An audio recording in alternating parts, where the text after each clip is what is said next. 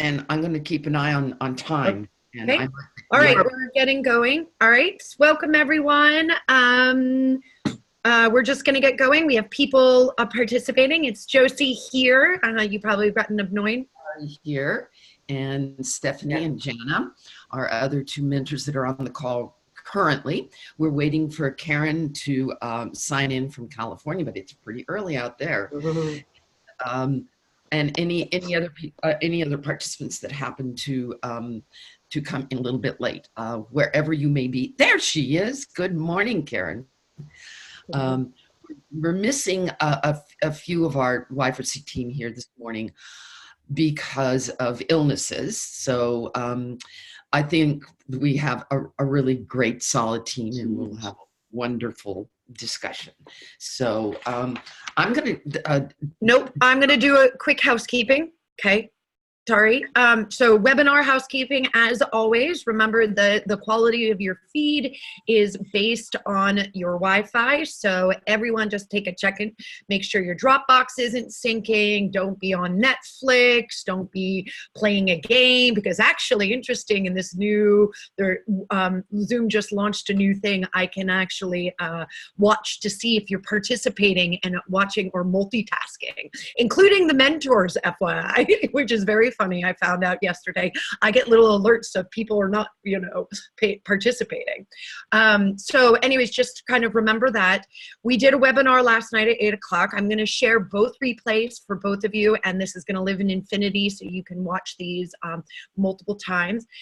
We are going to go about 1 hour and a half. Yesterday we went 10 minutes over. Tari nailed it on time. It was pretty impressive, like to the T. So well done, Tari.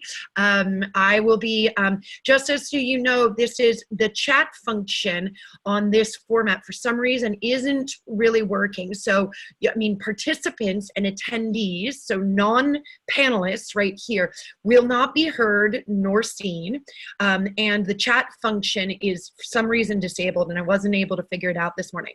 But there should be a question and answer functionality. Oh, I don't even see that there. Oh, maybe it's not. Oh, there is no Q&A. Uh-oh. Can you guys, sorry, participants, attendees, are you able to, the chat function is working. I see it now. Maybe this is different. Maybe something maybe something I did changed. Oh, I see lots of hands going up. So I'm wondering if that is not, if any panelists, I don't think the chat function is. Okay, Booger Schnitzels. I know, what an awesome name. That's a bummer. It's working, so I think it's working for panelists. Yeah. Okay. We're gonna have to potentially change this a little bit. We only have 15. I'm gonna change this. I'm gonna promote everyone to, yeah, so I think only panelists. So change is good, right? We've learned this. It's like your underwear. You gotta change it, right? So another thing I'm gonna change, I'm gonna promote everyone to panelists. So you are now gonna be seen. I'm gonna force mute everyone, and so that we can focus. And if you, then that means you're gonna be able to use the chat function with everyone else. So Tari, while you do your little intro, can you just, I will promote everyone. That's gonna just take me a little bit of time. So you do your intro and explanation. Okay, so welcome everyone. This is the Practicum webinar, and I want to start off with thanking everyone and congratulating everyone for having completed their videos and submitting them. It's only because of all your hard work that we are able to have this webinar today. And it is a part of the practicum of a teacher training, which I'm sure many of you have participated in. I think almost everybody has done a teacher training. There are a few who have not. But, you know, usually the practicum in a teacher training ends up with a critique of your work and feedback. And we're not going to do that. We are going to nix that and instead have a discussion. And as I said, everyone completed their work. So I had an inbox full of 39 10-minute videos to watch over the past 3 weeks. We felt that it would not be good use of your time to ask you to sit and watch and listen to everybody else's videos. So what we did was take to a different approach to making the opportunity available to all of you to be able to see other videos and put them all together in what we called a playlist that would sort of represent all of what a complete class is, starting with stillness and a closing with shavasana might look like, with a lot of movement modules in between. And so it wasn't by any way that we selected them because there was best of show or worst of show, but rather selecting in and around what I am calling our key messages that we want all of you, now that you have been subjected to this hard work of putting together a video and complying with the parameters of the assignment, and taking a chance and sending it out there. So what we wanted to do was to say, okay, great job, everyone. There's lots of good stuff in here. There's lots of things that everybody did well. And there are some things that we want to look at and study that we can all do better. We want to learn from each other. So that's the purpose of the playlist that everyone was given to look at and critique, and what we're going to talk about today around those parameters of the key messages. So to start off with, let me personally thank the eight teachers who let us view their videos. Everybody got to see your video, and there were examples in each one of those videos of these messages and these points that we want to discuss. Okay, so who knew when you signed up to take this whole training that you would be required to do video production? I mean, there you are, not only writing script and casting your participants in your script, directing it and producing it. I mean, it was a difficult task, and along with meeting all the parameters of your particular assignment and doing it, which I think is sometimes the hardest part, in 10 minutes in sort of an artificial situation. But you all did a great job, and now we're going to get down to some of the particulars. So Josie, would you please put up the first slide, the very first slide. So make sure, if I'm hearing a little bit of feedback now with so many people, make sure nobody's on mute. Everyone's on mute. So just to make sure, this is all, there's lots of people. Okay, I think everyone's on mute, but who knows? We'll figure it out. All right, do you see my shared screen, Tari? I do. I see the shared screen, and I'm just going to say I have a little bit of an outline on the next slide, which is what kind of the outline of what we're going to cover here today. I just gave my little welcome, and I don't think that I properly introduced my mentors, which are here with me, Stephanie, Jana, and Karen. We're missing Claire due to illness, and also Janine for the same reason. So I just want to complete my introduction, and then say we're going to move on to key messages of the Y4C methodology as takeaways. We want to look at 8 of these 8 practicums and point out a few things, and we want to watch each other and see how others teach. I think that's a great value in that, and then discuss the methodology completely. So I'm going to start with the very first key message, which is in the very first video. And I will refer to video 1, 2, 3, 4, 5, et cetera, rather than the people in them, with that, just with respect. And so in the first video, which this teacher was tasked with, the very important thing in any class is starting with how to sit properly and creating that sense of silence, and perhaps even using a metaphor. And I just want to say that the first teacher did a wonderful job of that. I thought that what she did was, and also part of the task was to introduce, if possible, in the beginning, it wasn't necessary, the side effect that she was going to address. And I loved the metaphor that this first teacher used, which was about how yoga and cancer are good teachers. And then she also made reference to the side effect very smoothly, quickly, and simply, and had the student sit comfortably, put blocks under their thighs without, just to make yourself comfortable. And I thought that because her side effect was anxiety, that, and she mentioned that right away, then she got right into the teaching, that it would have been good to have allowed a moment for her hands to rest on the person's thighs, to just develop a little bit of grounding.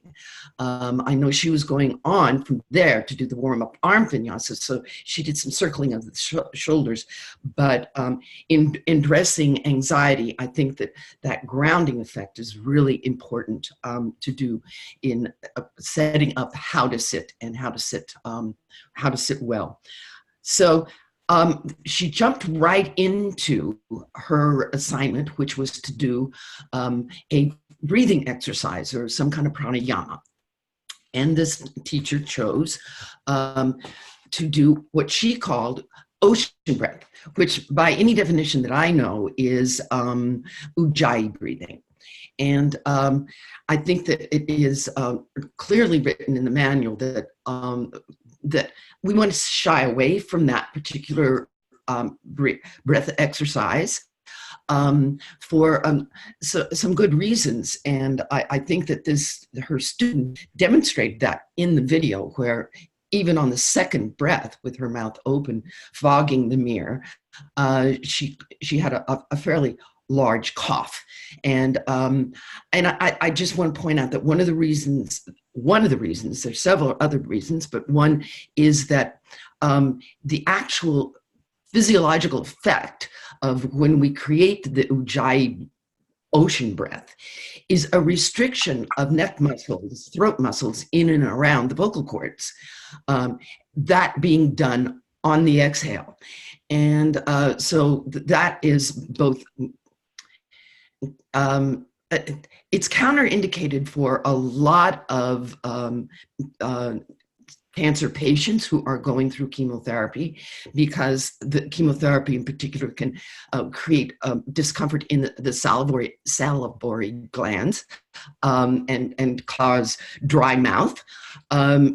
Also, we have many oral cancers that are involved in, such as tonsils and tongues, and that require surgeries that also obstruct that. So I think that the idea of using ujjayi breathing is something you want to do, maybe if you have a private client that you know it is not suffering from these other conditions brought on by chemotherapy or surgeries. But the other reason that I want to point out is that the ujjayi breath of the ocean is created on the exhale. And one of our takeaways and one of our messages in the Y4C methodology is that outbreath, the importance of that outbreath. It is the outbreath that we want to use, which is the breath that initiates the parasympathetic nervous system. It is the breath on which we give the instruction to relax. It is the outbreath that is actually would be engaging that feeling of relaxation that would be helpful to someone who is experiencing anxiety. So I think that is another really solid reason why that Ujjayi is sort of shied away from. I would suggest that this particular teacher, instead of using Ujjayi breathing, or ocean breath, we call it to create a longer, smoother exhale, and call it like a ocean breeze, so that it is finding a way to address the side effect of anxiety, which if someone is using Ujjayi breathing, that can cause anxiety if that makes them uncomfortable. So I'm going to just jump out to my colleagues here and see if they have anything that they want to add to that. What we will do then is move on to. I think Stephanie has something to say. Yeah, thank you. Yeah, thank you. So I would really like to emphasize this as well, that exhale helps the student then to really learn when we're emphasizing the exhale, especially when we start with that and finding stillness, they get it right away then that is the connection to this methodology, that long exhale. And then we do the even breathing, inhaling and exhale. It gives them something to focus on. And with that full out breath, where you're really drawing the belly in toward the spine, they can really sense and feel that. And much easier, in fact, without Ujjayi breath. Yeah, I would add, one of the cues that I like to give when doing conscious breathing or pranayama is to find an oceanic balance to the breath. So you can still have that idea of having, that wave-like motion of the breath in the body, but it's more an expression of equal breath rather than Ujjayi breath. Since we're on the ocean theme. On the ocean theme, right. I guess to take it a little bit further would be to, associate Ujjayi breathing with certain kinds of vigorous lineages, where it is used to keep the very vigorous jump back sequences focus on the breath by exaggerating it. And I think that that's not the purpose of what we're using it for here. So let me move on to the other point of matching breath and movement, which is the next step in understanding yoga and the purpose of it being a way to use yoga to keep us in the present, is to matching our breath and our movement. And this particular teacher did a lovely example of that, which is in the next slide, on what the actual inhale does in the body on a physiological level and what the exhale does. So she did a lovely demonstration of just very simply breathing in, we expand and open, and breathing out, we contract, we get soft, we move together. That is the exhale. And that is in where we are then connecting that to how the diaphragm moves to massage the thoracic duct, and it's on the relaxation of the diaphragm. So we want to keep these things in mind. And as we go now into the warm-up vinyasas, which is exactly that, matching movement and breath. So this particular teacher in this video did a lovely job of not only demonstrating and talking about breath and movement, as did many others in all of your videos. I'm not saying she's the only one who did it. I'm saying, hey, she did a good job. But then her task was to do a seated warm-up arm vinyasa. And that is where we pull all of these things together, not only doing breath and movement, but also keeping the highway of our body, the spine, healthy and strong by creating the 5 movements of the spine using a matching to the proper breath. And she clearly did that. She clearly made all movements of the spine. and she matched them, and she did a couple of other things. She had her her back bend, her forward bend, her side bend, her twist, each of them preceded by an elongation of the spine. So that gave her all 5. She did a couple of other things that I think are really important as our key points and takeaways. One, she created a loop with them. She did a perfect loop.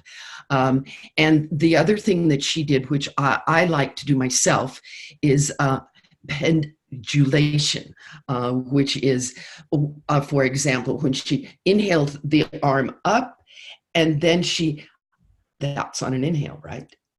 On the exhale, she went into the side bend. And then she inhaled slightly up again and exhaled even deeper into the side bend. She did that once on each side of the bend and the twist. Pendulation is what it's called, like a pendulum.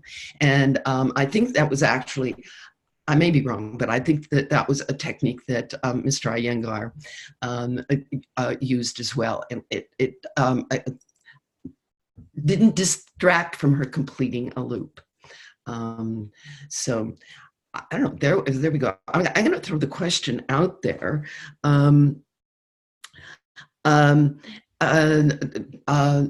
About looping, but first I want to move on to our second and our third warm-up vinyasas. We had 3.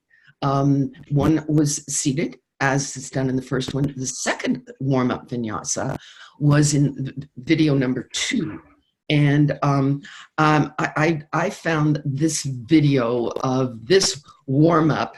I want to congratulate the teacher in video number 2, because by any measure whatsoever, doing all 5 movements of the spine supine is a huge challenge. And I think this teacher did a very great attempt at doing all of these movements in that position. He had a clever way of using the blocks, and that what I want to point out here is something that was also particularly challenging about this supine warm-up vinyasa, where your side effect is bone loss. And I thought that this teacher took on that challenge very, very well. How easy it would have been to address bone loss if you had a standing warm-up vinyasa. But his was this, and I love that he, the approach that he took, because addressing this particular side effect with something other than weight bearing allows me the opportunity to say that there are other things going on when we are building bone. And it's not just the weight bearing that will do it, but it is also muscular tension in and around the bone. When we flex those muscles, when we draw the muscles in closer to the bone, there actually is a bone building phenomenon happening. I think the only thing I would have suggested with this particular teacher is that he, in this rigorous bridge pose where the knees are pressing together, and he added in the arms overhead, might have been to take into consideration that a lot of people can't get their arms overhead and flat onto the floor, and not to, excuse me, not just those who are perhaps dealing with the results of breast surgeries, but people with rotator cuff have a very hard time dealing with that, or other kinds of abdominal surgeries might restrict. So anyway, I think that he did a good job of showing us some of these other things, and I'll just ask Karen if she has anything that she would like to add to that. No, I agree with you, Tari. I think it was a tricky and challenging sequence. I think, if I'm recalling correctly, the only movement of the spine that might have been missing would have been the axial extension, and supine, I guess that could have been done with maybe the full body stretch. this particular sequence would have been challenging to put in a loop because of the block placement and everything. So I think it was really well done. My only thought was that as a teacher, I might have got up and walked around the room a little bit.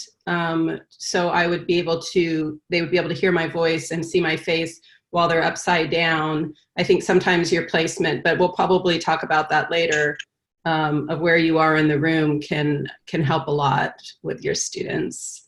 But yeah, it was well done. And Karen, how did you feel about this as a warm-up?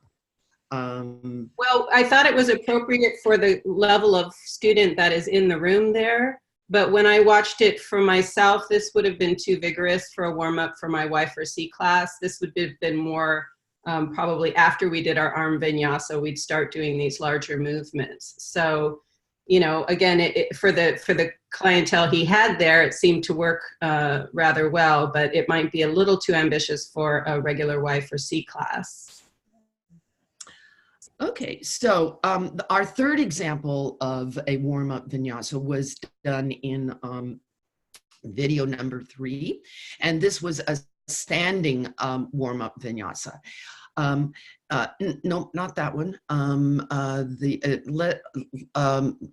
Not that one either. Let's just leave it on there. Thanks. Okay, good. And I'll, because I don't have a picture of this particular teacher's warm-up vinyasa. I think it is, what happened here was a lovely introduction of her theme, which was balance, and also how I liked how she made reference to how cancer takes us out of balance, and we're going to use yoga here today, yoga practice to bring us back. So here was somebody standing in balance, and actually after she did do the movements of the spine, which included, was lacking in some of them, lacking in some of the 5, she moved to do a balancing pose at the wall to address her side effect, which was neuropathy.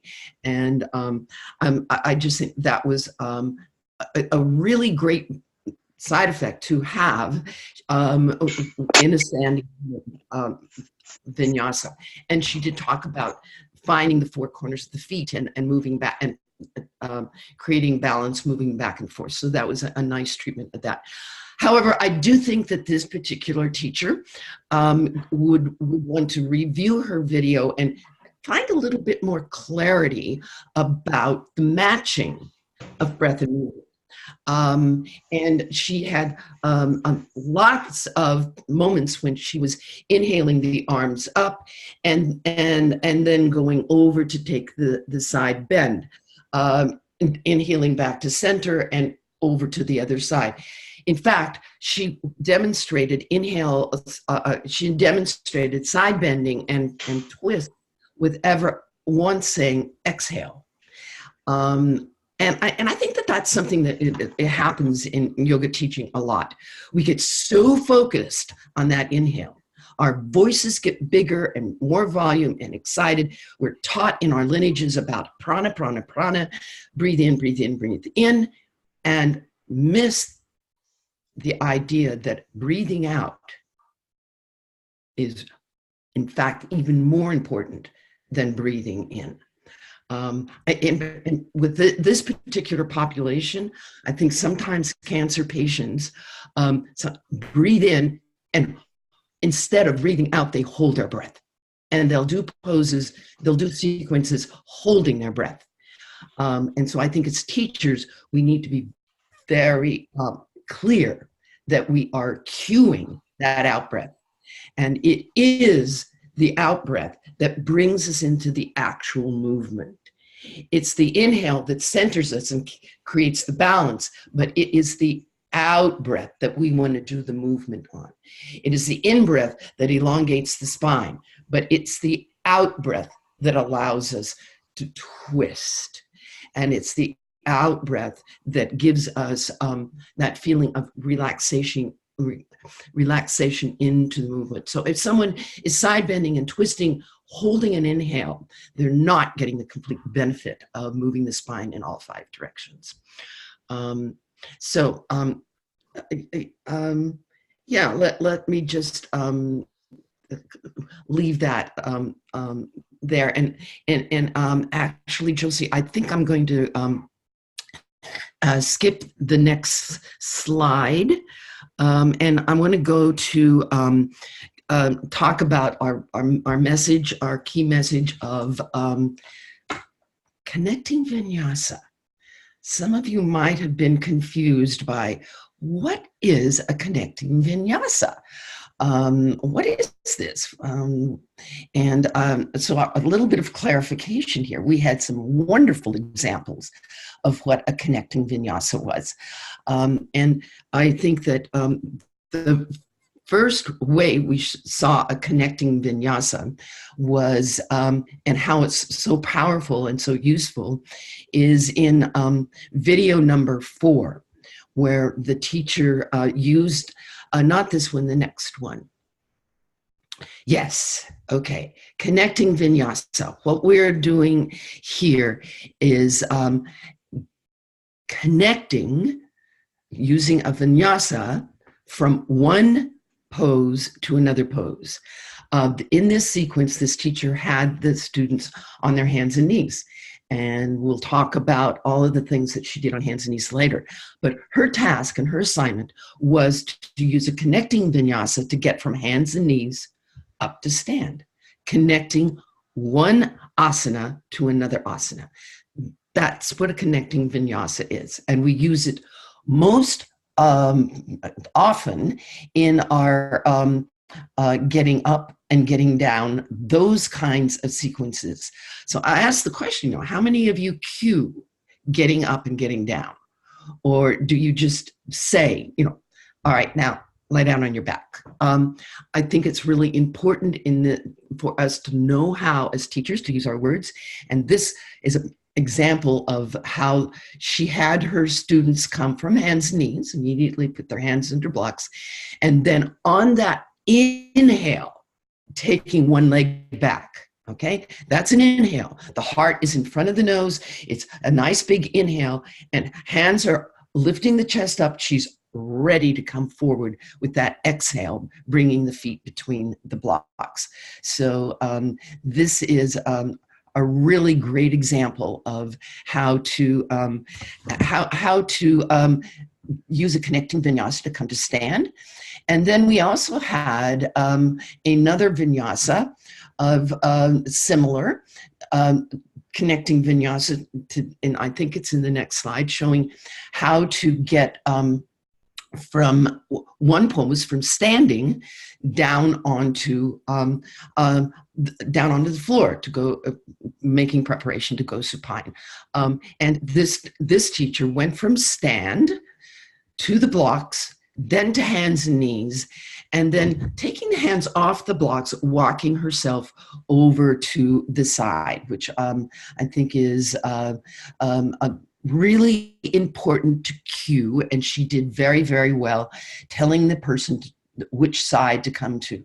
So I want to use this as another example of a connecting vinyasa that was very thoroughly and completely done. And let me just jump from here now to, let me ask Karen if she had anything that she wanted to say about this. I think.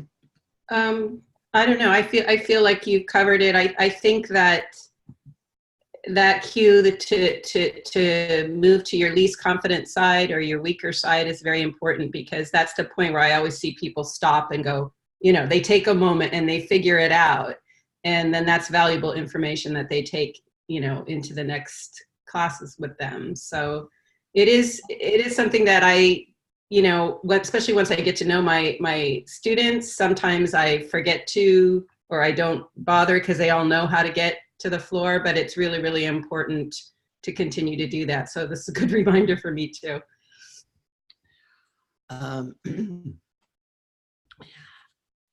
Okay, so I want to move from here to the other reason we talk about connecting vinyasas, and also it couples right into the term that is used quite frequently in the manual and in my book and other places, which is the block test, because the block test is really the first step in a connecting vinyasa to go to, it's the pathway to go from standing to all of the other standing poses.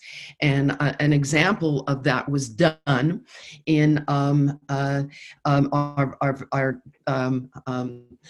the third vinyasa, I think it was in this number 3. And this teacher did a wonderful demonstration, as there were other demonstrations in other videos out of all 39 of you, of those of you who were assigned a block test. But I think that it's a particularly successful demonstration of this. And look at her student, how joyful she is. In any case, the block test. We have to comment on the t-shirt. Besides her wonderful face, which I love that I gave this, Babe with the Power. I didn't even pick that up until right now. And this is the mother-daughter team, so it's quite cute. Anyways, I just thought I'd give that backstory. I want to just point out here too, the key thing about the block test is that it is an attempt on an exhale to bend the knees and get your hands on the floor or on something while keeping heart in front of nose. I mean, this is the whole thing about the highway of the spine, keeping it open so that we can breathe, not crowding it and not coming into a forward bend, depriving ourselves of the ability to breathe. So I think that I would just advise this particular teacher to have explained, take the opportunity, as everybody should when they do the block test, is that this is the first step in doing a step back, and it's going to lead you to all these other powerful standing poses. I don't know, Karen, do you have anything else you want to add to this particular block test? No, I really enjoyed it. I think that sometimes people are hesitant to use the props. So there's a perception that if they're using props, that makes them weak or something like that. So I liked how empowering this teacher was to her student and saying, we're bringing the floor up to you. And, there have been times where sometimes I have to bring in chairs, there's just not enough. I mean, how many of us have 3 blocks for each person?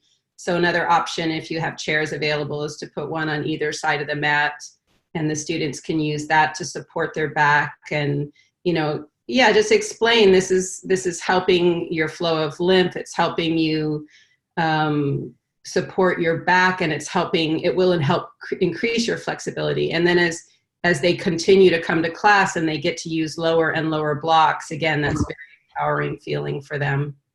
So can we ever do it too much? Can we ever teach block test too much? I don't think so, because every time you do it, it's just reinforcing, people sometimes don't hear things the first time either. Sometimes we have to repeat information over and over. And then one day they go, oh, you said this today. And I've been saying that every day, but today you just finally heard it.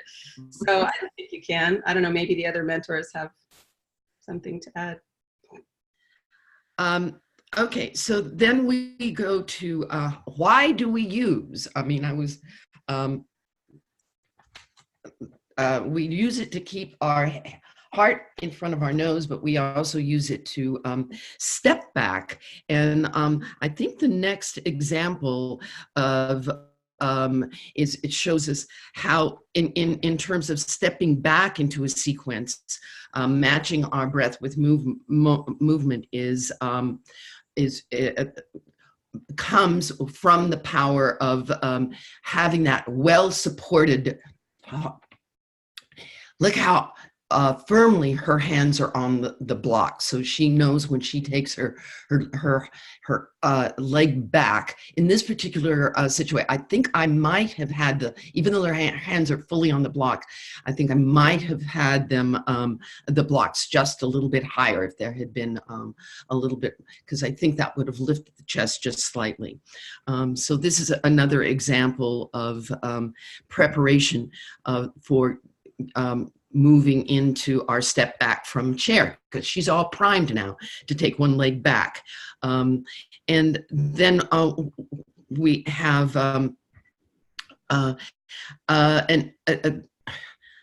let's see what I forget. Josie, I'm having problems here because I can't find my PowerPoint. I can't go to small screen to see which is the next PowerPoint slide. Sure, no worries. You don't have to stress. Just put it up there and I'll talk about it. Okay, I was going to say, you went there? Okay. That's good. This student went from a chair pose, I think, to the first step, and then the second step, stepping back with one leg. But here's an example of, I just want, I want to lift his chest up so much. I want to build that block tower up so high. And as Karen said, oftentimes, if you don't have enough blocks, certainly you've got a chair, at least one chair. A chair could have been, he could have put the chair facing him and both hands on the chair, which would have allowed for that chest to be lifted. Because certainly we can see that his heart is not in front of his nose here as he takes that first step back to go to all of his other standing poses. So I would advise this teacher to look into perhaps she does not have enough blocks. Certainly there might be at least one, if not two. I like to put two chairs, one on either side, on legs on the mat, and then the hands can go onto the tops of the chairs as they face each other. It really creates a lot of power for that particular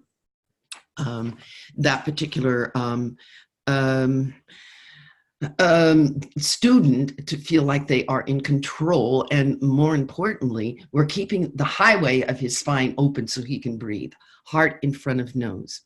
I don't know, Steph, do you have anything to add to this? Sure. I think that this gentleman in particular really speaks to our usual client, really, with already the rounded spine, already not being stable on the mat, most likely new to yoga. So the more we can offer props, the better, really to emphasize the breath more than anything. And of course, safety. Safety is key here. He's not very stable. So this gentleman to me looks like he would need chairs, because he would need at least 2 more blocks because he's already rounded. So it's really an awareness that use your props. They're really helpful, and in this methodology, they're absolutely necessary. They're really not an option. So. Okay, so now let's move on to actually discussing the modules themselves. We had a move. How many? We had 4, I think. Was it 4 movement modules and 1 balance module, or was it 3 movement modules? Three movement modules that I would like to look at in terms of how these particular teachers addressed their assignment, including the side effect and the and any languaging in and around the immune system. And the first one was modules on hands and knees. And basically, this teacher, I think, did a lovely job of jumping right into the yoga. It was not anything other than, her making mention of her theme or her metaphor, which was rhythm. And she asked her students as she was getting them to move immediately to the rhythm of their breath in cat and cow. And once she had cued them to there, then they continued moving. She suggested at their own pace. They continued moving while she pointed out a few things about the side effects that they were affecting, about the immune system, and they were punctuated, these references to immune system and side effects, also to the science of yoga, what they were actually doing. And she proceeded from here to do, I think, just about all movements of the spine, almost like she was doing a warm-up vinyasa on the hands and knees. So I thought that was, it was very well done. The side effect that she had was upper arm lymphedema, upper body, upper torso lymphedema, and which can be, by the way, both arms and in the chest area. And so she spoke a lot about how they were using their breath as the pump to move the lymph. And I think that she could have added in here, she did such a great, but she could have added in something about the research that we know, that even though there might be some fears of weight bearing, if you are, with lymphedema, that it is not counterindicated. But other than that, I thought that she did a really, really great job. Steph, what do you think? What else did you notice in this? Yes, absolutely. She did a great job, and her enunciation and her direction was very clear and crisp. I think that's very important in this population. I think, too, that the way she talked about lymph was very clear as well. I think that being in cat and cow was a little too long. I think she could have offered a little bit of respite on hands and knees, especially with the wrists and especially with the upper arm lymphedema. And to do that can be a little bit tricky because we don't encourage child's pose. And a little respite with the hips drawing back toward the heels and pressing the hands into the mat is a nice respite. She could also come up onto the knees depending on the population as well. Sometimes that's not available to everybody. But taking a respite and offering a little bit more direction with the wrist. So you don't want all of the weight into the wrist. So making sure that cueing is very clear. And what about the neck here, Steph? Yes, and the neck. So the neck is the other key issue. So we want to keep that straight, flat, long neck. And so we don't want to tuck too rigidly, and we don't want to extend too far. So the direction here, and this is the tendency for everybody, and in most lineages, we do a cat and cow that extends pretty deep. And we want to speak to it. We want to speak to protecting the cervical spine and why we do that. And I think that's becoming more important for all of us anyway, as we learn more about osteopenia and osteoporosis. Absolutely. And we could also mention that the modification of offering railroad props for the arms in lymphedema, if someone is suffering from lymphedema, that could have been offered. A lot of stuff to get into 10 minutes, and what she did was very, very well done. And the purpose of this discussion here is some of the takeaways of what, if you had 20 minutes, if you had 30, if you had 90 minutes, you would add in all of these points that we are making. So great job. Now let's move on to some of our standing vinyasas. I'm sorry, not standing vinyasas, standing sequence, standing modules. And I'd like to point out that standing module, oh geez, don't we have movement modules in standing?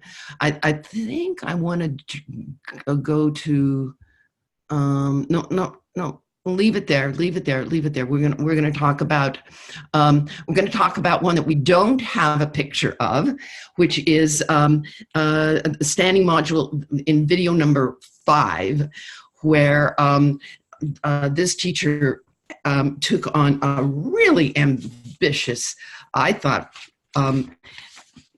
And I know in her notes about her own performance, she thinks that she might have gone a little bit too far and put in a little bit too much, but I thought that she was addressing lower torso lymphedema and also the lymph system. She had in very rigorously both, she had in all the standing poses with that important step back sequence perfectly cued in terms of breath and movement. She did Warrior 1, she did pyramid pose, and she did Warrior 3, all beautifully. And it was a rigorous vinyasa, a rigorous sequencing that she did. Well done to address those side effects and also the immune system of lymph. And there was the other movement module, which was here. And this teacher had two different, a different side effect and obviously a different immune system. And I think that her choice also of poses to address her immune system were well chosen and definitely use that critical thinking of how to address the digestive system. That was her immune system. Her side effect, which was a little challenging, a little tricky, her side effect was insomnia. But I think that the poses that she did choose, which were Warrior 1, and a pyramid pose again, but then also this straddle twist. Certainly, if we could just get him up a little higher so that he could feel that sensation of the nice elongated spine in order to use the twisting vinyasa approach, that would have definitely caused some digestive system stimulation that would have been very important if he was having trouble sleeping.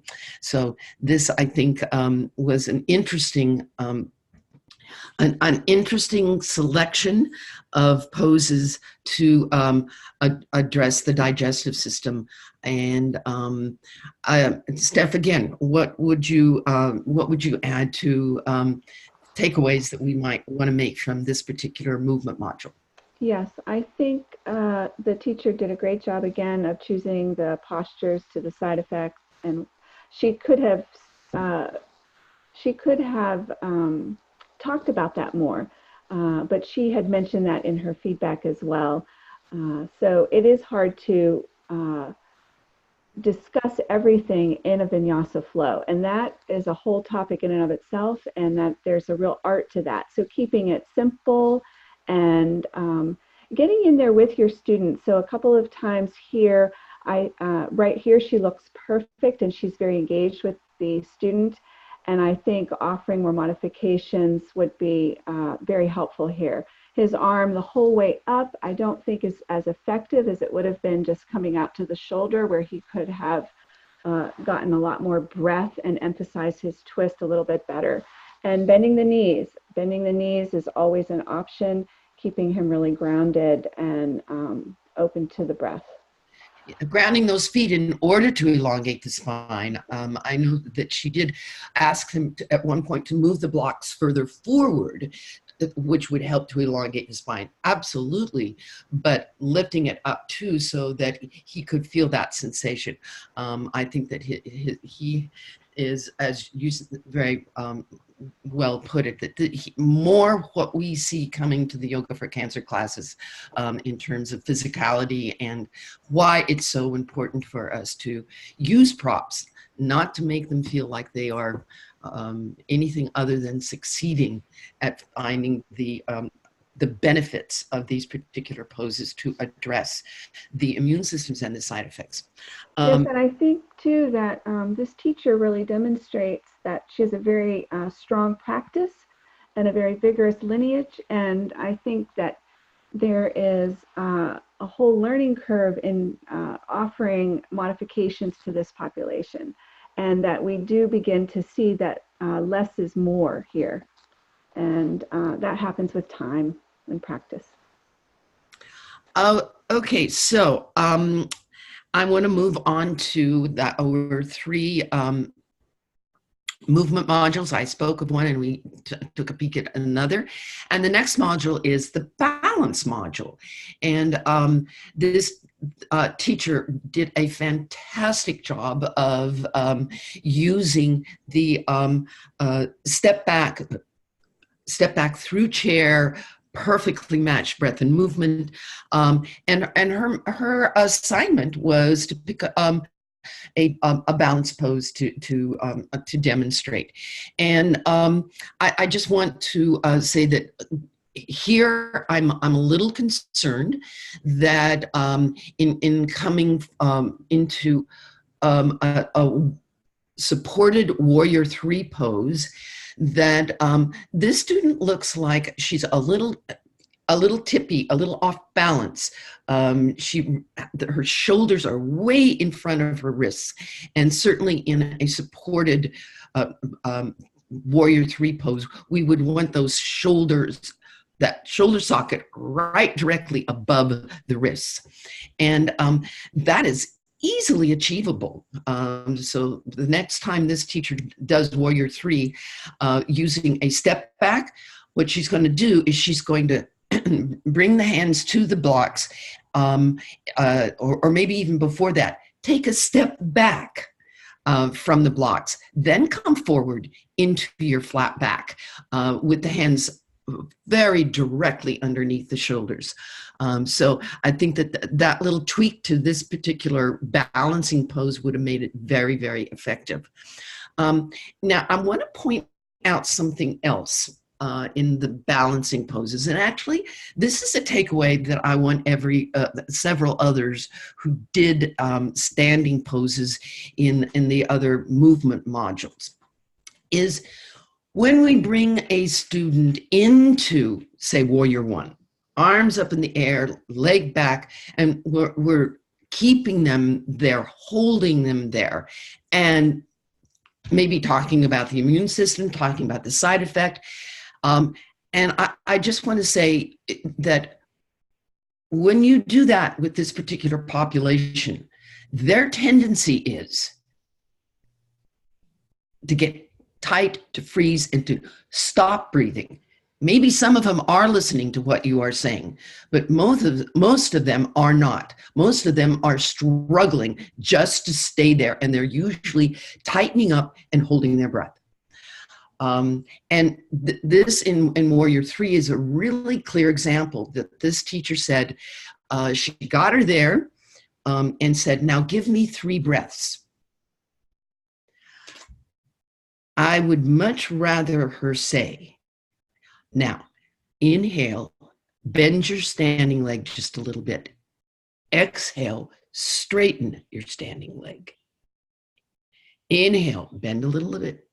Exhale, and straighten. Then she's really giving cues and directions to the breath that the student will listen to and follow. Inhale, bend. Exhale, straighten. Their minds are going, can I possibly just even maintain this for 3 breaths? But if you as the teacher guide them, so in a warrior 3 pose, in a warrior 1 pose, let's put in a little bit of this is what I mean when I say a little breathing or pranayama element, a little vinyasa or movement element. The idea of just hanging out and telling somebody to breathe is lost.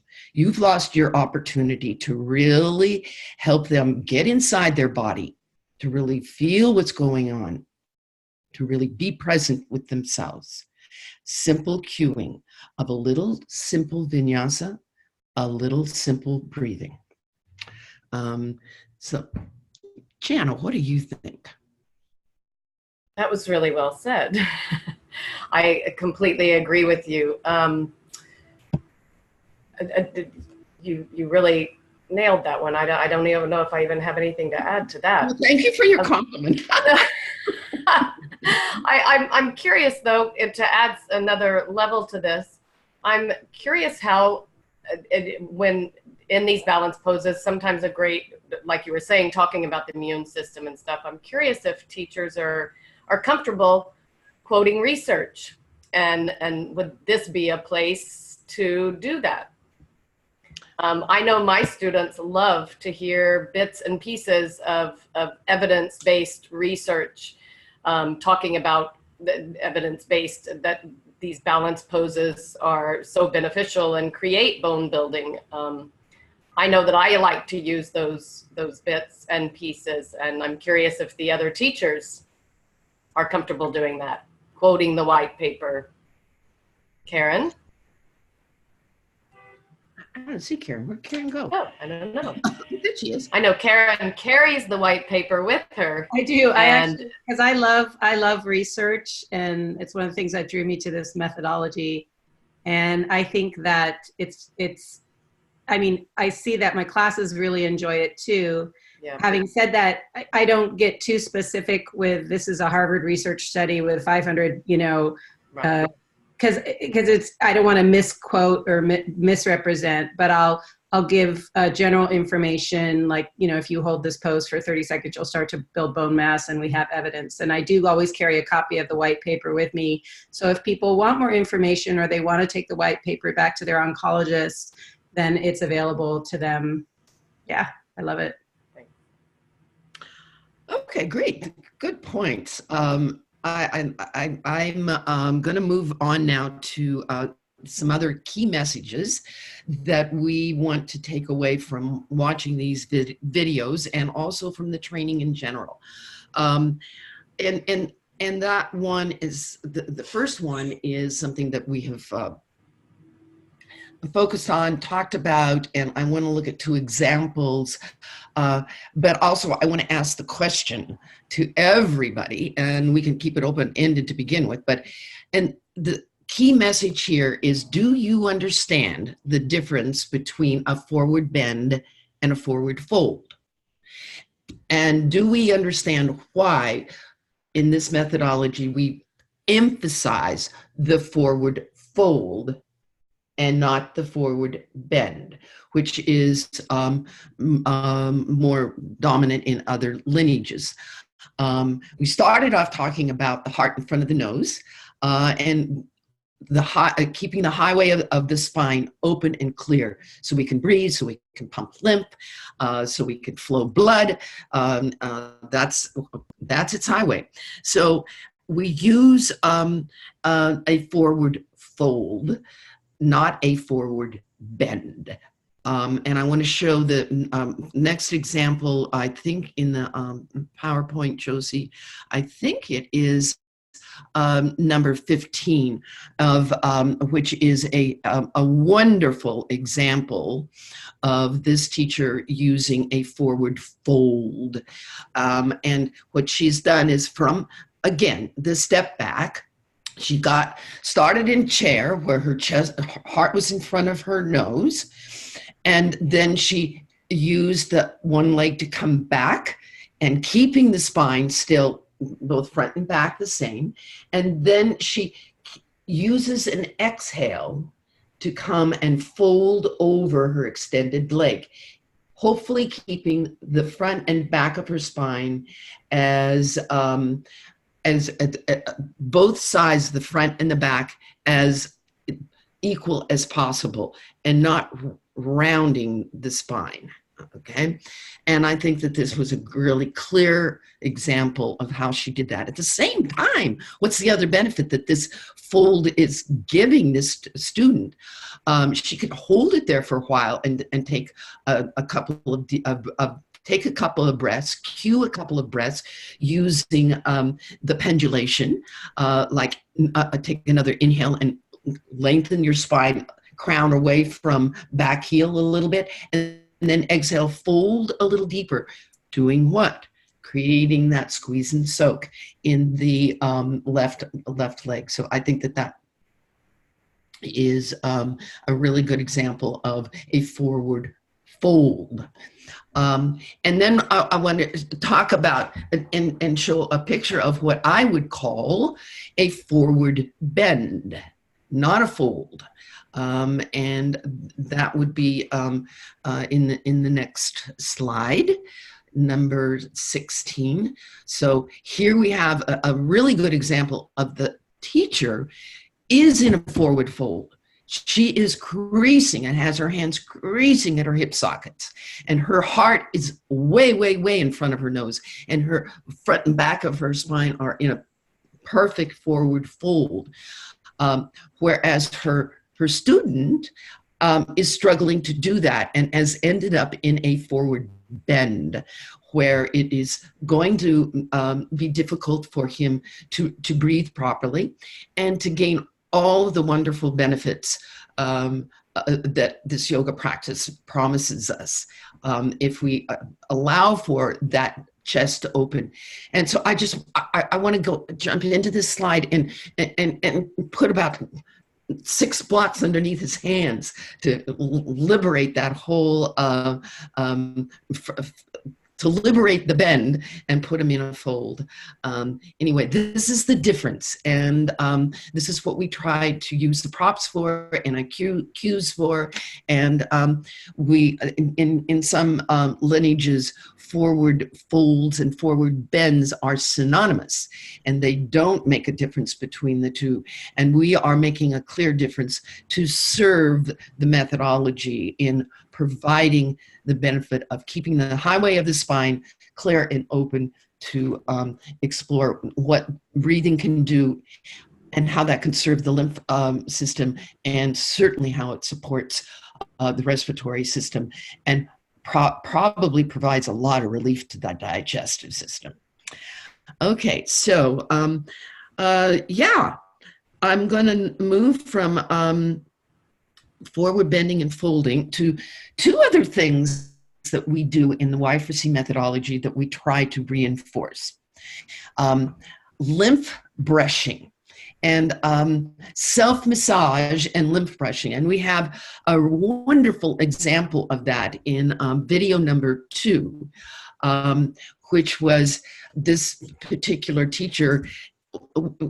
It was not part of the assignment, but he cleverly included a restorative pose, and it was supported shoulder stand.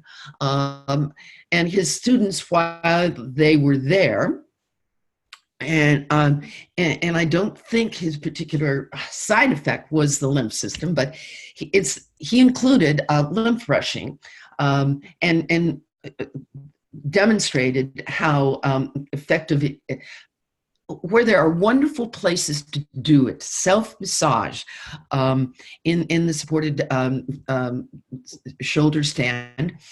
He asked his students to lift their arms up, put them on the thighs, and brush down towards the hip socket. So this really very effective, and I think somebody might have asked in one of the information webinars, either with this group or another group, I forget which. What is it really effective? Does it really work? Well, any of you in this group happen to be lymph massage therapists? You betcha. They use that very soft lymph brushing, and it is been shown to be very, very effective. Doing it on yourself? Sure, why not? You don't need to pay to go to a therapist. You can do it on yourself. I would hope that this particular teacher would ask for more repetitions of that if he in his regular class. And I also hope that he would combine it with a very precise cueing of the breath. So as the arms are slightly lifted up and over the legs on an inhale, and then very definitely stroking and massaging the lymph, brushing the lymph on the exhale. This coordinates perfectly movement and breath, and we're working with the lymph system here. So I think that is a wonderful, wonderful example of that. Now, I want to talk about the reason I put this slide up here is that when we talk about lymph brushing, we are talking about moving the lymph in a specific direction. And we all know that the lymph moves in only one direction, right? It all moves towards the center of the body. Whether that lymph is in your arm or that lymph is in your legs, it is always moving in one direction towards that thoracic duct. And I thank the teacher in this particular video for making this demonstration, because it's going to protect a lot of cancer patients and survivors, especially those with upper body lymphedema. That what we don't want to do is what I call the amusement park swinging of the arms, which is introduced in a lot of exercise programs, even for cancer patients. That swinging the arms like this is going to create energy and flow. What is it doing? What is it doing to the lymph? What is the physical force that is being created? That entertainment park feeling of the centrifugal force that slams you up against the side of those things that twirl around really fast. And what is it doing to the lymph as it slams your body up? It is slamming the lymph out and away from the center of the body. So here's an example of what we do not want to do. This twist could have been done standing, very simply by creating a twist using the arms to twist to one side on an exhale.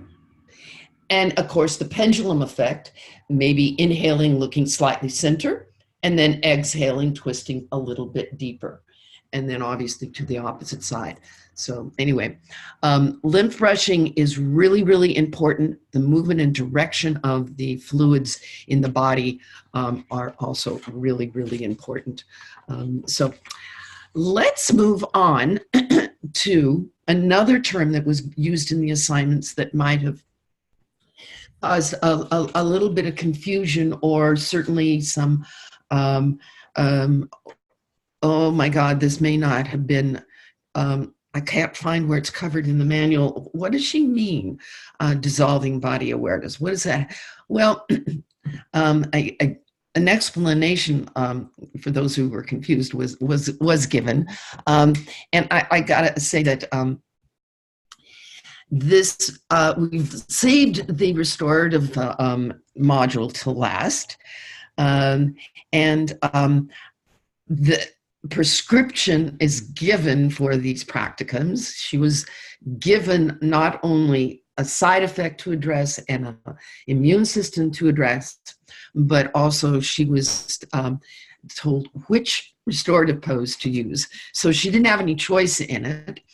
And I think that even so, she managed to come up with a dissolving body awareness, drawing attention to what the side effect of she was addressing, which was range of motion.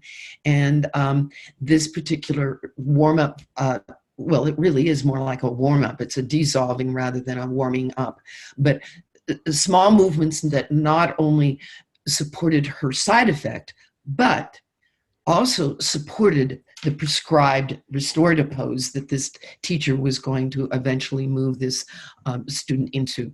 And so that is the key to the dissolving body awareness. You know at this point in your class that you're leading to a restorative pose, and you know what your restorative pose is. Let's say that your restorative pose is Supta Baddha Konasana. So what might be some kinds of dissolving body awareness that would support your would support that? I would think that coming to sit and doing Janushasana would be a very great kind of dissolving body awareness. I know the even lying on the back and doing some happy baby poses, anything to sort of create what you're going to be held in Supta Baddha Konasana with your knees far apart might warm up those parts of your body with that goal in mind. So this teacher did a lovely job of making those selections. And she also did a really great job of preparing for the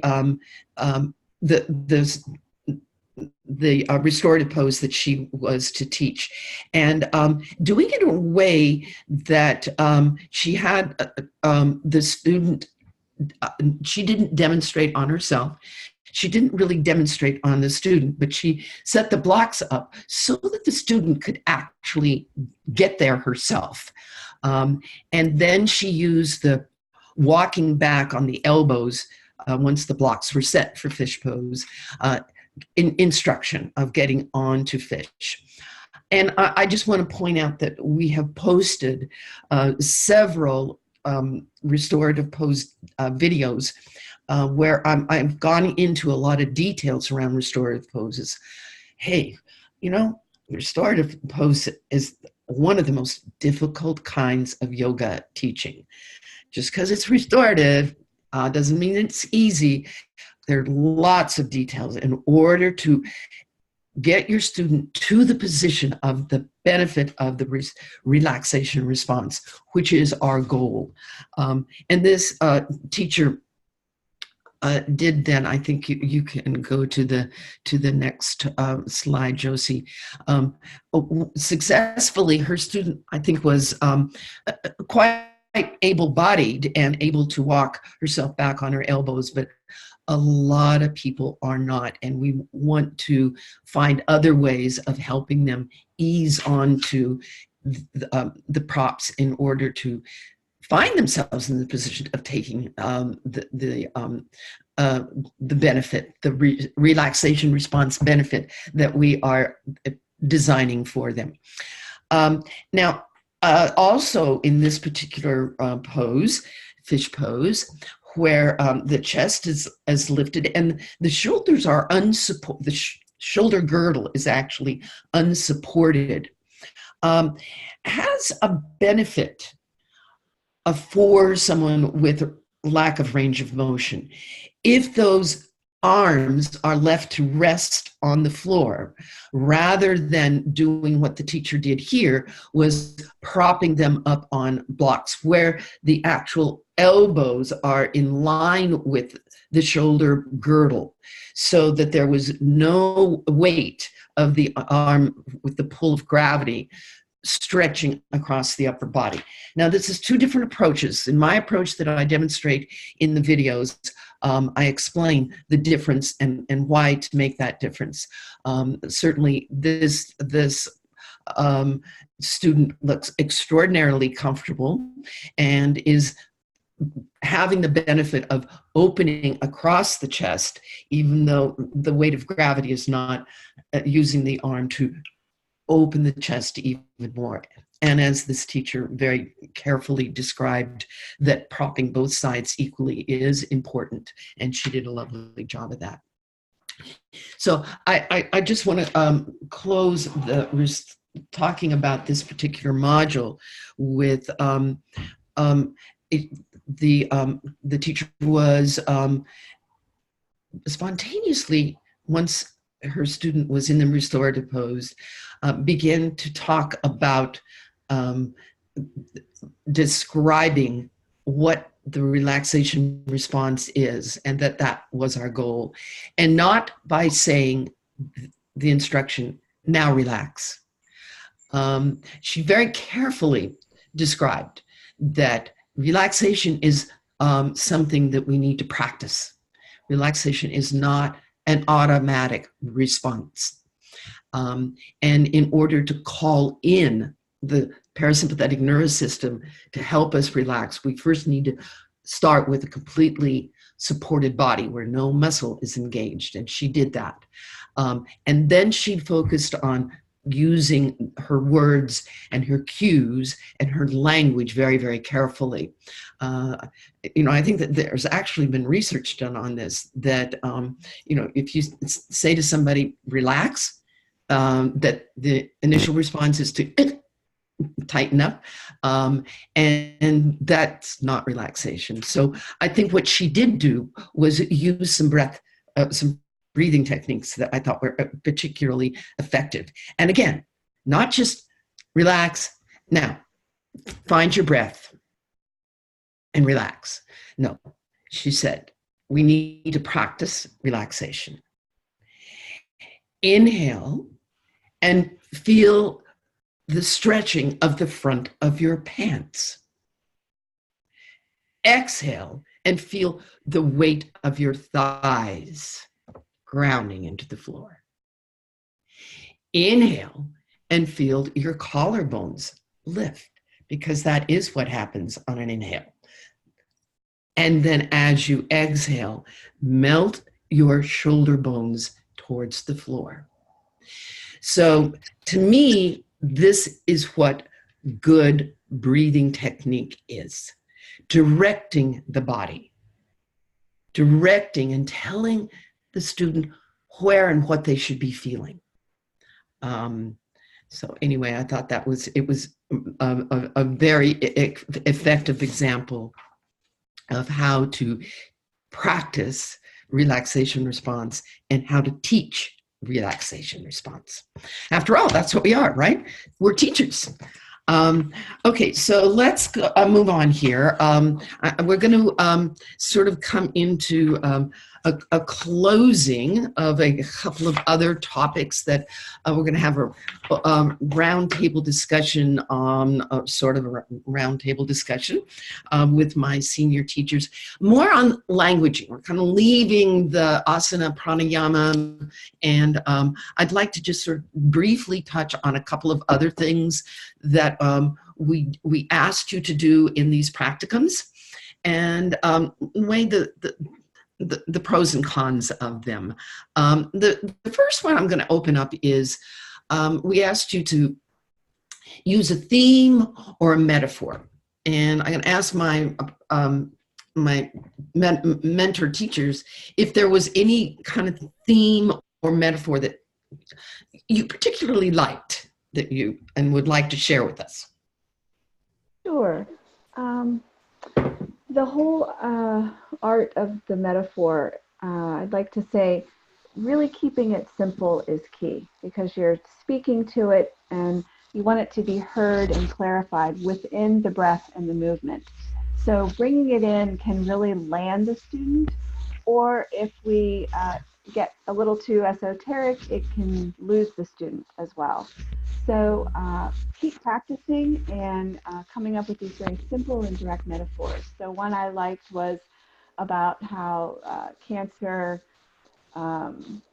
makes you lose your rhythm and balance, and yoga helps you to regain your rhythm and balance. And so that's a very simple metaphor that you can drop in little quips about throughout practice. And it's not too hard, and it will land with the student, and you can bring it into both breath, and you can bring it into movement, and you can bring it into the restorative as well. So I think that's simple, direct, and effective. Yeah, I'd like to mention, because I sometimes struggle with metaphors as well, and I don't always use them, but I always have at least a theme. And the video number 2, the teacher in that video chose to read a poem, which I thought was a really nice way of sort of getting around the metaphor, but giving them something to think about. There was a line in the poem that said, "The impeded stream is the one that sings." And that could have been a really wonderful place to mention cancer or cancer treatments. So, you know, the metaphor or the poem can be your way in to mentioning specific side effects or cancer, you know, or you can keep it a little more vague, but it is a yoga for cancer class. So that's why I use the theme or the metaphor as sometimes an entree into being able to talk about it. Since I'm not a cancer survivor myself, it can be a little bit more challenging. You want to avoid, or I want to avoid at least, any metaphors or things that are, we know what it's like to go through this, because I don't. I mean, I have compassion, I have empathy, I have a lot of knowledge, but I don't want to group myself in with the survivors because I'm not one. So I thought that was elegantly done. And another one I liked was, I can't remember who used it, but yoga and cancer are both wonderful teachers because they teach us to, sit with impermanence and fear. And that's a nice general one that, anybody could use in the situation. It is funny. I'm glad that you mentioned that, Karen. The way I heard the poem in that beautiful phrase was the repeated string is the one that sings, instead of the and I thought, gee, that's true. It's that repeated string is the one we practice. Maybe I heard it wrong. Maybe I heard it wrong. No, I think you heard it correctly, but the impeded string is the one we practice. It's practice that makes us sing, So anyway, that was very, there were some wonderful, wonderful metaphors. And yes, reading a poem is something that I frequently do. It would be short and not sometimes in the beginning and sometimes in the end. Jana, was there anyone that particularly just jumped out at you? Well, a lot of them did. There was one, cancer limits us and maybe our movements, and yoga can help us to move through life easier with a little bit more ease. I thought that was really nice, and I feel like she carried that throughout her teaching, which is sometimes difficult to do, to continue your metaphor and include it in the teaching all the way through. But I think she did that very well. I think there was one too that used a quotation of the secret to health is inner balance, and made that a quote from, I think, who did she quote? I forget now, but in any case, it was, I think, particularly powerful. All right, so let's go to a final message talking point, which is one of the requirements of these assignments was the word cancer, using the word cancer. So I'm going to pose it as a question. I think nearly everybody did. There might have been an exception, but the challenge of that, and I was really kind of surprised, there's so many in this particular, in our whole training group, that have extensive experience teaching cancer patients and survivors, and even those who have worked medically with cancer patients and survivors. And I was surprised at how some of them made reference to, even though it was, they did it many other, that it was hard, that they struggled with it, that it wasn't always easy. And others too who spoke of it as a good test for them to do because they have avoided the word. But in any case, I asked the question, is it good to do this as my teachers, my mentors, is it good to bring up the word cancer? Can we say cancer too much? Why do we do it, and what's the goal here? Well, Oh, go ahead, Jana. I think we have to be able to use the word. We are teaching yoga for cancer. We are teaching cancer patients or survivors. But I do think it can be overused, and that's not necessary. One of the classes I teach is at the Breast Cancer Center in New York. And I know a lot of my students come for sort of an escape, and they don't want to hear the word cancer over and over and over again. But of course,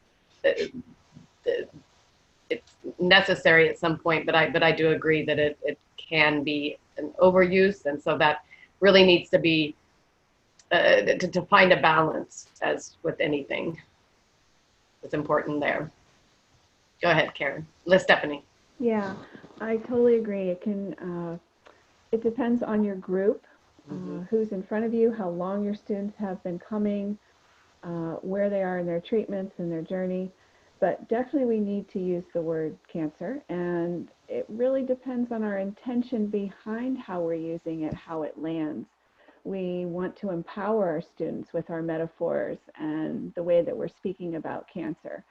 So when we bring that into the room, it can be a palpable release for a lot of students when they hear the word and that we're actually talking about it, and then they're in a place where others can connect to what they're going through. You'll find that a lot of folks begin to feel that there's a support element, and a very positive one, and not just about talking about their cancers. That's why a lot of folks don't go to support groups, because it can be very tiresome and cumbersome, and they do want to come to yoga as a place to renew and to feel like they're just a student, a yoga student. So it's important to just know your intention, to speak of it, and remember that we're not looking for a banal statement about it. It's something that's trite. We want to keep it real, honest, direct, and leave it, and bring a little bit of fun in the room too.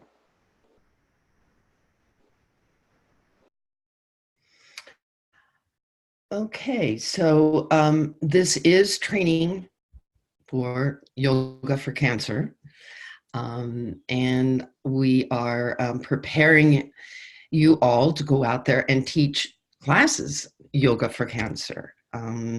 So I think that how you are comfortable in using the word is the purpose of this particular exercise, to explore where that is in your scripting, where that is in your intention of doing this work. So the purpose of the assignment and sort of forcing you to do it was to take you down that path, to reflect and feel where your comfort level is with the word itself. I know some of you are survivors, and some I've in my experience, survivors I have the most difficulty using the word, and others who have worked in the profession for a long time might use it very in a less of an empathetic way and more casually, neither way is right or wrong. It's a matter of where you are personally. So I am going to we have some other business to take care of, because this is transitioning now to the crescendo next week, and Josie has some things to tell you about. But before turning it over to her and all of her next steps, I just want to again thank all of you who let us use your videos to find discussion points and to make the key messages of that, to share what you did with all of us. And I really want to thank you a lot for doing that. And all of you will be getting some feedback and on your particular. This was not meant to be feedback to any one of the people of the 8. It was more meant to be discussion points. So everybody will be getting some feedback from their mentor. And so with that, thank you to all of the gang of 8. I'm going to turn it over to Josie to tell us where we're headed. Cool. And you guys have been very quiet today. So I hope that, but I've been noticing everybody's super engaged. So I hope that you are absorbing all this. But if you have any questions, let us know.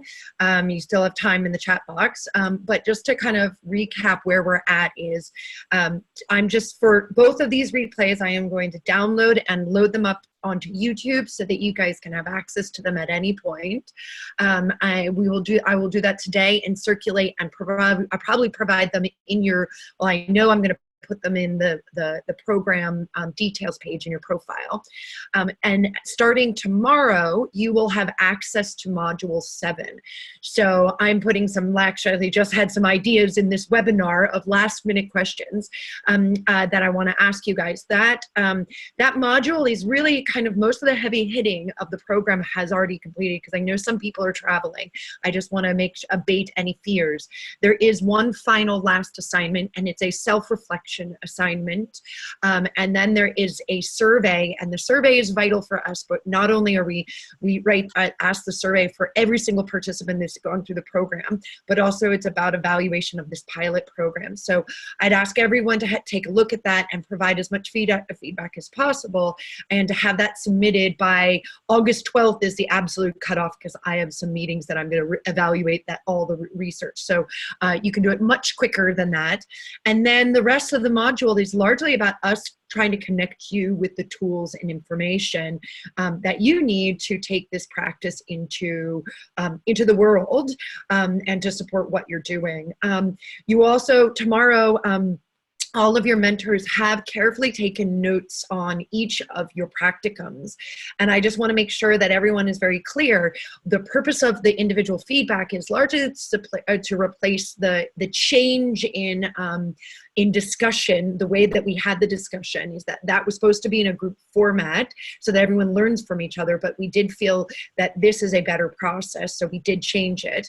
But I want to make sure that everyone's clear that your individual feedback will build upon the feedback that you have received today and the guidance. We want to make sure that we had it as a collective feedback, because we learned so much from each other. And also we want to make sure that it's consistent and efficient in terms of delivery. So I'm hoping that's really, that's clear, because, for example, your teacher trainer might say, hey, you should review the block test, but she's not going to go into detail about the block test, because there's been plenty of content and support to provide you around that. So just want to make sure that that's clear. And I think then the last thing is that there's a closing webinar with Tari next Wednesday at 10 a.m. Like all webinars, they're all going to be scheduled. There's registration that's currently, you can register, and if you register, you automatically get the link. We don't know what that agenda is, because Tari and I haven't even talked about it, but we'll figure that out between now and then. We roughly know what it is, but I'm just teasing. But if there's moments to ask any outstanding questions that you have, so if there are burning issues, because everyone was quite quiet today, if there are burning things that you need to know and that we haven't covered off, that's your time to ask. And then just FYI, the certification process is linked to the survey. So it is all very wonderfully automated in the wonderful world. So as of this point, we're just in the final home stretch, and we're soon going to be welcoming at least, we've had to have a few dropouts of the program, largely for their own illness issues, that we're going to have 39 new teachers globally out there. So that's it. I don't know. No other questions have come in the chat box, and I'm not sure if I forgot anything, but I don't know. Sorry, did I forget anything? I don't think so. I think that I think we're finished with reviewing the practicums, and you can look forward to your personal feedback. And I just want to say again, thank you for doing all of the work that you did on the videos. I did watch every single one. Took notes on them, and they're really, really helpful to us here as, going forward with Yoga for Cancer teacher trainings. And as Josie said, I want consistency. I want to know that when it's all in the interest of the cancer patient and survivor. When we put it out there that someone has been trained, we want them to trust that those who have done the training know what they're talking about, know what to do and what not to do. And so this is our goal, to protect the big wide world of yoga for cancer. And I think that I think you are helping us do a really great job. I was very, very pleased when I finished watching the 39th 10-minute video. So thank you again for doing that. Thank you again for attending this webinar today. And yeah, enjoy the week ahead. And I will see you back here in 1 week. Namaste. Namaste.